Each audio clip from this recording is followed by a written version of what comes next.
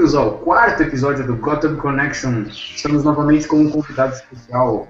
Além de mim, Bruno Stolf, estamos aqui com Joel Minuscoli, Carlos Pierre e novamente Thiago Martendal. A gente vai falar de os tipos de jogos aí que a gente tem recebido notícias. Uma que a gente recebeu bem recente foi de que o Witcher 3, um jogo de RPG, vai ter 2 mapas. O tamanho deles é 3,5 vezes maior que o RPG Skyrim. O Joel jogou esses joguinhos lindos da série Witcher e também jogou Skyrim, então ele tem uma noção do que é escala.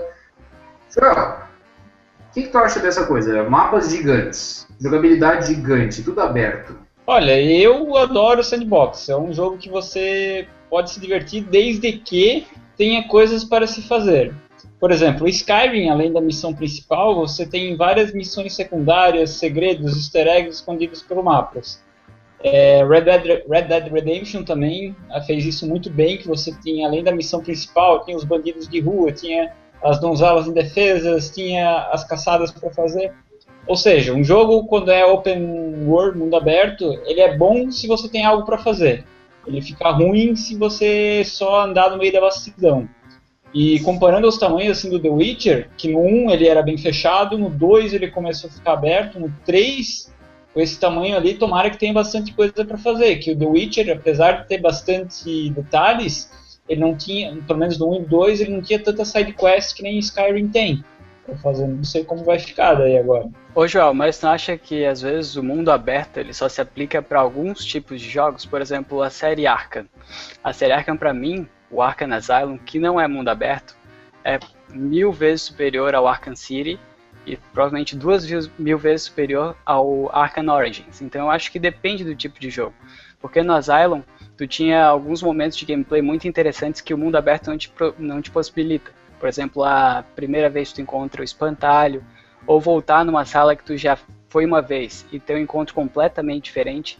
Essa experiência no City e no Origins, pra mim, não existiu, não é tão impactante. É porque eu acho porque era repetitivo. Por exemplo, no Batman, ele não tinha missões diferentes. Os encontros aleatórios que tinha na rua resgatar um cara que estava lá preso por engano, lá que salvava os bandidos, pegar um cara lá, por exemplo, os eventos aleatórios eram muito repetitivos. É um mundo aberto em que com GTA, né? Em que a mesma coisa acontece várias vezes. Esse eu achei um defeito. Pode ser. O Skyrim não. Sim, porque o Batman foi um jogo meio que pontual nesse ponto, né? Onde ele foi um dos únicos que teve um que foi realmente linear, relativamente linear, né? Com alguns pontos até que são um pouco mais abertos. E outro que daí é realmente de open world, né? Ele foi um dos jogos que propiciou você realmente ter uma comparação. No demais é complicado porque tanto um jogo linear quanto um jogo realmente de open world, mundo aberto, de possibilidades infinitas relativamente para cada jogo, é difícil você ter uma comparativa entre um jogo desses e um jogo, por exemplo, um Super Mario da vida, onde você tem um ponto X a seguir e não tem um Y, um W, né, para poder... O meu problema, na realidade, é com a implementação de mecânicas, porque tu pega, por exemplo, até o Assassin's Creed, que é uma série consagrada de mundo aberto, a mecânica dele de stealth é inexistente. O teu stealth é um stealth social. Tu não consegue, por exemplo, agora, no último que eu joguei, inclusive gostei bastante, fica muito nítido que o jogo não foi feito para esse tipo de stealth, porque as casas são baixas, porque é tudo vilinha de pirata. Então, às vezes, tu tá lá em cima do telhado e tu não tá agachado, não tá escondido, tá lá hanging out em cima do telhado. Oi, tudo bom guardar? Tô aqui na boa, tal. Então, meu problema não é com o mundo aberto, tanto é que Red Dead Redemption é um dos meus 10 jogos favoritos, sem dúvida.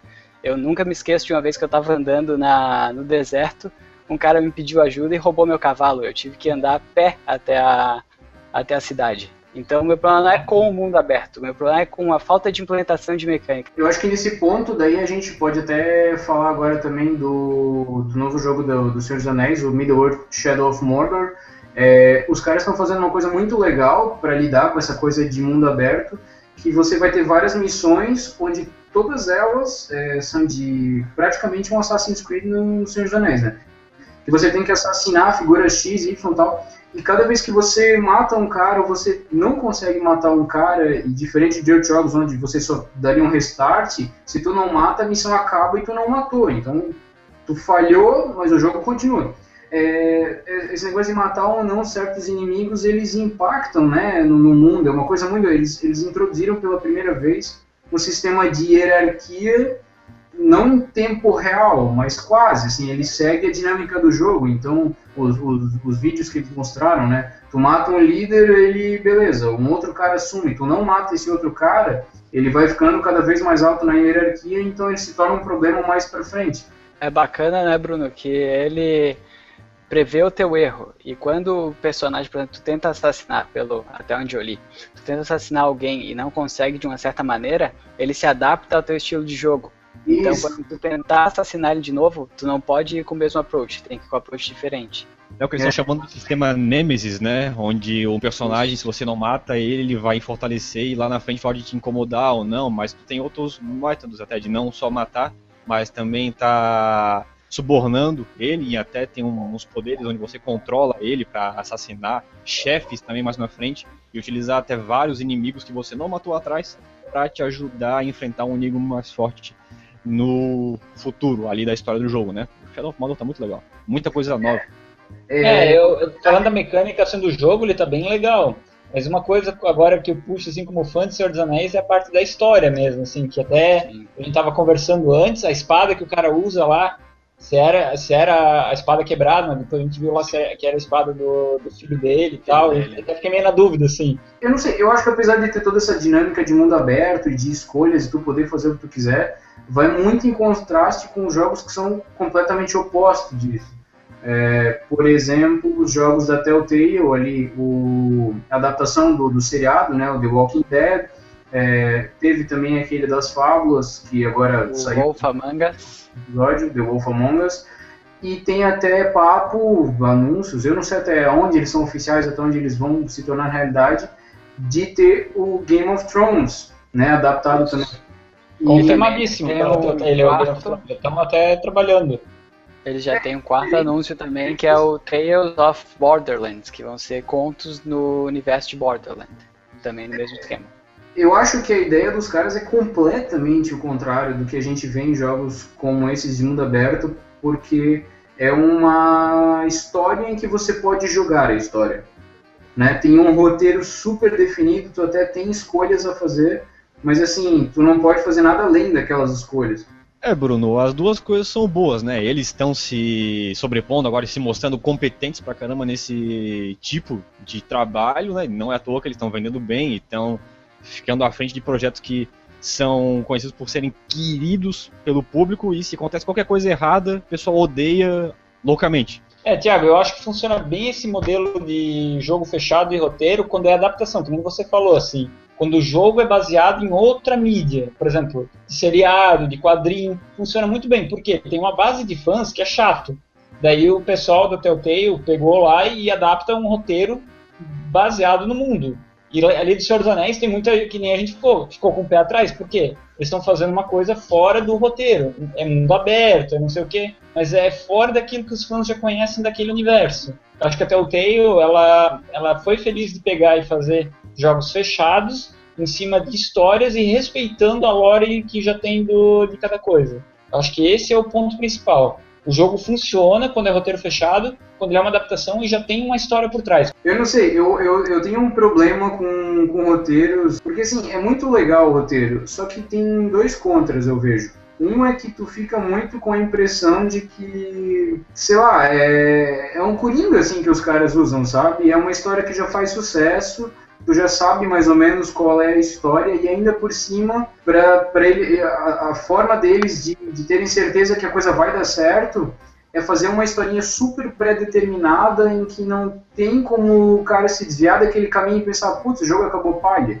Porque a única forma de acabar é daquela forma forte, legal, com aquele final diferente e tal. Mas quase todos os jogos de mundo aberto, o final é pré-determinado antes de começar. Até o Skyrim, assim, que foi muito elogiado, só tem um final, ponto. Pois as decisões de matar ou não o Alduin, alguma coisa assim. Mas meio tempo tu pode fazer uma zoeira, porque o mundo é aberto. Entende? Mas até que ponto a zoeira vale a pena pra ti ter zero de roteiro nesse meio tempo? Não, mas a gente dá Ao contrário, por exemplo, de jogos antigos como, por exemplo, Monkey Island ou Full Throttle, que era uma coisa extremamente linear. Ok, excelente história, te levava a um final, ponto.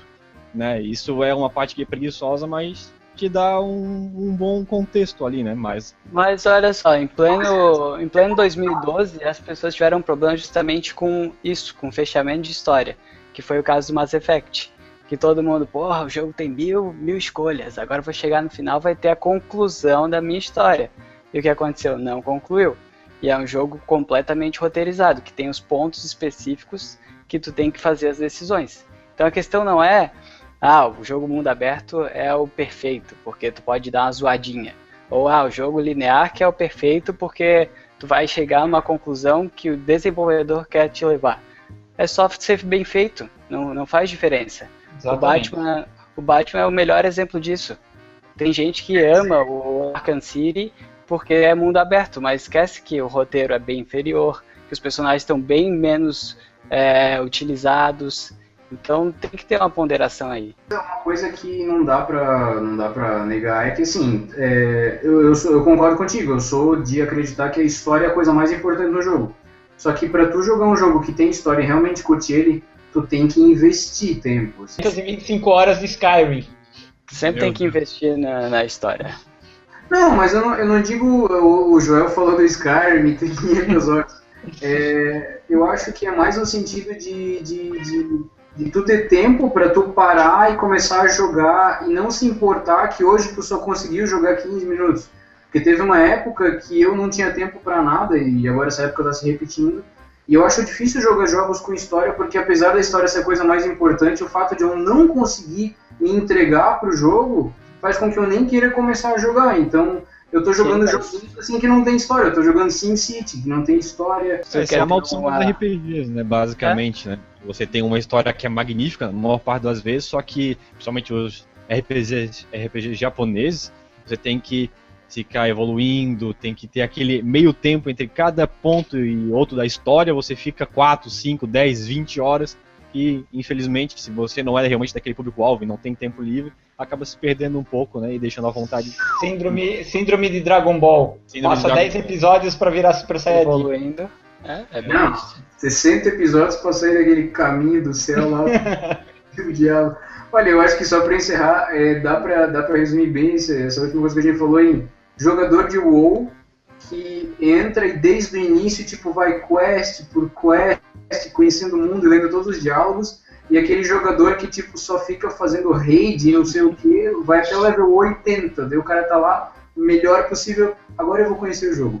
Daí ele volta lá pra cidade inicial. Foi a analogia perfeita. Matando 5 mil porcos do mato até conseguir um level bom e daí começa a se mexer. Não, foi perfeita essa analogia, porque realmente é o mesmo jogo, mas duas maneiras de tu interagir com ele. Ou tu segue o level ou tu segue a história. Os jogos da Telltale, o cara pode jogar sério querendo o bem do personagem, ou ele pode jogar querendo ser o mais sacana possível. Um jogo open-ended, o cara pode jogar tentando fazer a história como se ele fosse herói, ou ele pode sair matando as galinhas na cidade lá de Skyrim. Não mate as galinhas, não mate as galinhas. As galinhas são sagradas em Skyrim, se você nunca jogou, não mata a galinha, porque é a coisa pior. Mata dragão, mas não mata a galinha. Não tem problema. Só rapidinho falando em Telltale, indicação Suprema Master Wolf Among Us, ele tá saindo o 3º episódio por agora, em abril. Então, pessoal, peguem e joguem, porque o jogo é animal. Pra quem não conhece o Fábulas, que é o meu caso, e pra quem já conhece também tem um background bacana, então, indicação. Tá aí a dica dada, então, pelo Carlos PR. A gente vai encerrar aqui hoje novamente. Obrigado pela presença, Carlos, Joel, Thiago, bem-vindo de volta. Vocês acabaram de assistir aí o 4º episódio do Gotham Connection. Assinem nosso canal, entrem na página do Facebook, curtam, compartilhem. Fiquem ligados aí que toda terça-feira tem um episódio novo.